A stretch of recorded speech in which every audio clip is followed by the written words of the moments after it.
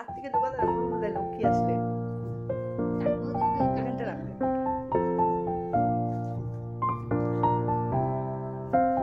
নমস্কার বন্ধুরা, তোমাদের গৃহবধূ আবারও একটি ভিডিও নিয়ে হাজির হলো। তো এখন তো সেইভাবে সময় পাই না ভিডিও শেয়ার করার জন্য, তবে ভাবলাম আজ যখন বাড়িতে পুজো তাহলে তোমাদের সাথে একটু শেয়ার করব। তার জন্য একটু বসে পড়েছি ভিডিও করার জন্য। তো এই যে তোমরা তো জানোই আমার বাড়িতে কার্তিক পুজো, আমি এর আগে ছোট ছোট অনেক ভিডিও ছেড়েছি, তো সেটারই আর একটু কিছু বাকি ছিল, সেটাই আজ শেয়ার করব। তো সবার আগে বলো আমার সব বন্ধুরা কেমন আছো?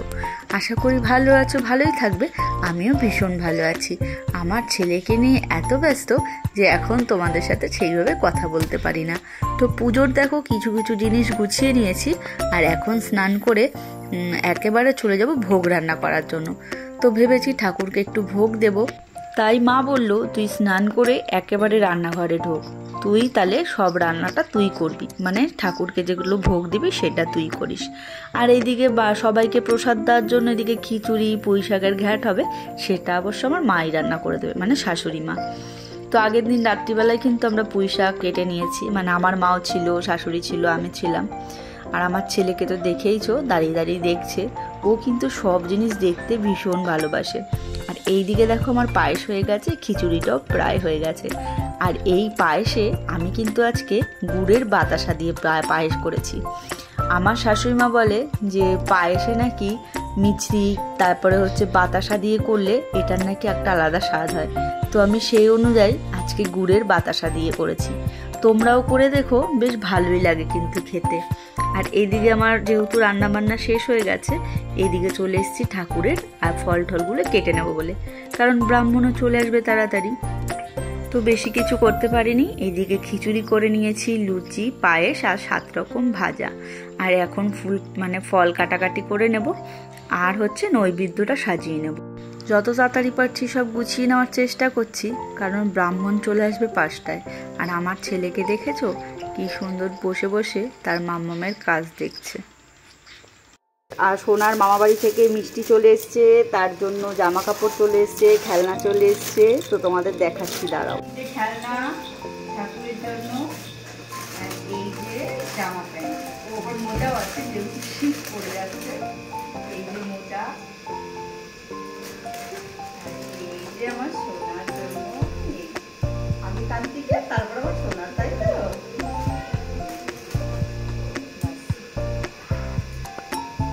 চলো পুজোটা কিভাবে করি পুরোটাই তোমাদের সাথে শেয়ার করার চেষ্টা করবো। আস্তে আস্তে সব কিছুই দেবো তোমাদেরকে।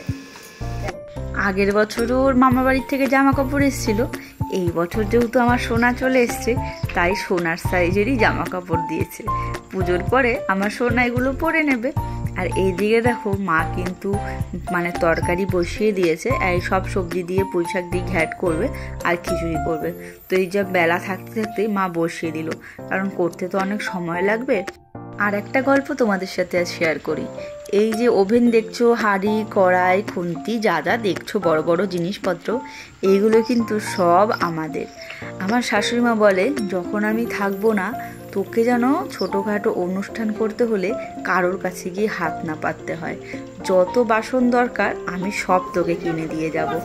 শাশুড়িকে সবাই যা হাত খরচা দেয়, উনি সেটা দিয়ে কি করে, এই বাসনপত্র কেনে আর গোপালের জন্য সব জিনিসপত্র বানায়।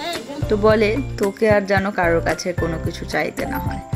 আর এইদিকে দেখো আমি ওপরে চলে এসেছি, আমি কিন্তু সব প্রায় গুছিয়ে নিয়েছি। এইবার আমরা পুজোয় বসবো। তার আগে একটা কাজ করে নিই। ওই যে আসনটা পেতেছি, বলেছিলাম না আমার আসল কার্তিককে বসাবো, তো তাকে এখন রেডি করার পালা। আর দেখো সে কিন্তু সাজগোজ করতে ভীষণ পছন্দ করে, তার একটুও কান্নাকাটি কিচ্ছু নেই। সব বাচ্চারা যেমন খ্যান খ্যান করে, জামা কাপড় পরতে চায় না, সে কিন্তু তা না। সে ভাবে যে জামা কাপড় পরবো, সাজবো, তার মানে আমাকে কোথাও নিয়ে যাবে। আর দেখো কেমন চুপটি করে সাজুগুজু করে নিচ্ছে। চলো তাহলে তাকে একবার বসিয়ে দিই পাশে।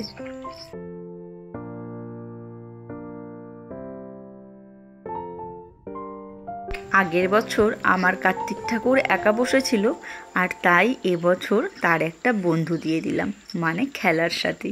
তো 2 কার্তিককে কেমন লাগছে বলো, তোমরা কিন্তু জানিও। আর একটা কথা, তোমাদের কার কার বাড়িতে আগের দিন রাতে কার্তিক পড়েছে বলো, আমায় কিন্তু এটাও বলো। ও কিছুতেই এদিকে তাকাতে চাইছে না, সবাই ওকে এদিকে ডাকাডাকি করছে, ও ওর মতন চারিদিক গুড়গুড় করে দেখে যাচ্ছে। এদিকে আমাদের পুজো শুরু হয়ে গেল, চলো তাহলে এবার অঞ্জলি দেওয়া যাক। পুষ্প বিল্লপত্র পুষ্পাঞ্জলি কার্তিকেয় দেব নমঃ।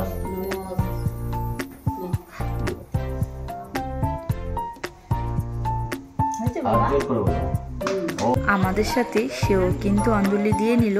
আর যেহেতু আমার সোনাইকে আমরা এইখানটা থেকে নামিয়ে দিলাম, তো ফাঁকা আসন তো পুজোর সামনে রাখতে নেই, তাই বড় মাকে আমরা এই আসনে বসিয়ে দিলাম। আর আমার সোনা আমার কোলে চলে আসলো। আর এত লোকজন দেখেছে বাড়িতে, তার কিন্তু খুব মজাও হচ্ছে, আর বারবার ঘুরে ঘুরে এদিক ওদিক দেখছে যে এত লোক আমাদের বাড়ি। তাহলে তোমরা পুজো দেখতে থাকো, আর ভালো লাগলে একটা লাইক করে দিও। Bye bye.